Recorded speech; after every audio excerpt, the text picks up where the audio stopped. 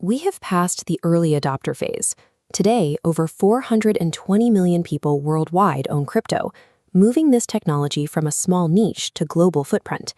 But cramming that many users onto existing networks creates a severe traffic jam. The sheer volume of transaction data has exposed an infrastructural bottleneck that prevents seamless mainstream integration. This illustrates the core architectural constraint preventing an easy fix: the scalability trilemma. A network is defined by 3 points: battle-resistant security, absolute decentralization, and scalability. The mathematical reality is strict. A distributed system can only optimize for 2 traits at the exact same time. Scaling for millions of users requires a direct sacrifice. To gain the transaction capacity of traditional networks, blockchains are moving away from absolute decentralization and toward high-performance, centralized architectures. Upgrading the ecosystem to handle global demand requires making hard choices across 3 distinct architectural layers. First is consensus. This dictates how the network agrees on valid transactions and the physical energy required to do so. Second is layering. This determines whether data lives natively on a heavily secured base layer or if it gets offloaded to secondary networks for the sake of speed. And third is governance. This defines who holds the ultimate power to reverse transactions or enforce compliance. Every blockchain ecosystem is built on trade-offs. Navigating them means matching your specific project to the exact compromises you are willing to tolerate.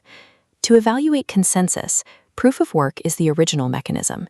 It requires massive hardware and electricity to solve cryptographic puzzles.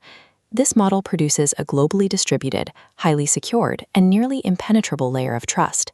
Bitcoin is the prime example. The trade-off is that this massive security guarantee severely bottlenecks transactions, taking around 10 minutes per block, and requires an unsustainable environmental footprint.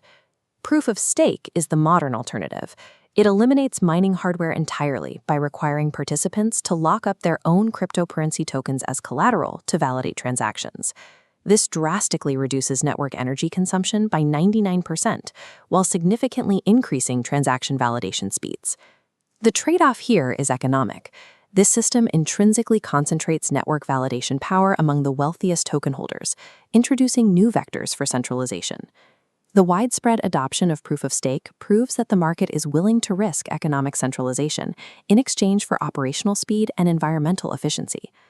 Next is layering. Layer 1 upgrades attempt to scale the underlying foundational blockchain itself through methods like sharding or block size adjustments. Keeping all execution and data natively on the primary network preserves the original security guarantees.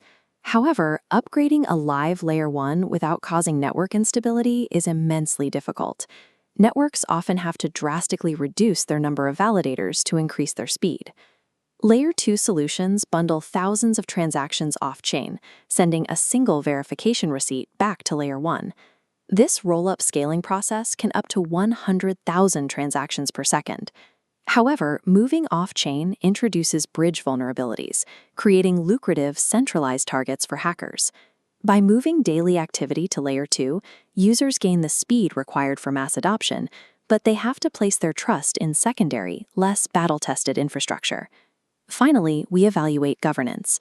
Strict code is law immutability is the refusal to reverse transactions, even in the event of a catastrophic hack or theft. This preserves absolute ideological decentralization. It guarantees a purely trustless and censorship-resistant operation. The trade-off is that leaving retail users and institutions completely unprotected from code exploits acts as a massive deterrent to mainstream capital. Major networks chose intervention over immutability. The 2016 Ethereum DAO hack and the subsequent hard fork to reverse the theft was the definitive turning point. That willingness to intervene has evolved into the current push for strict VASP licensing, virtual asset service providers, and fiat-pegged stablecoin regulations.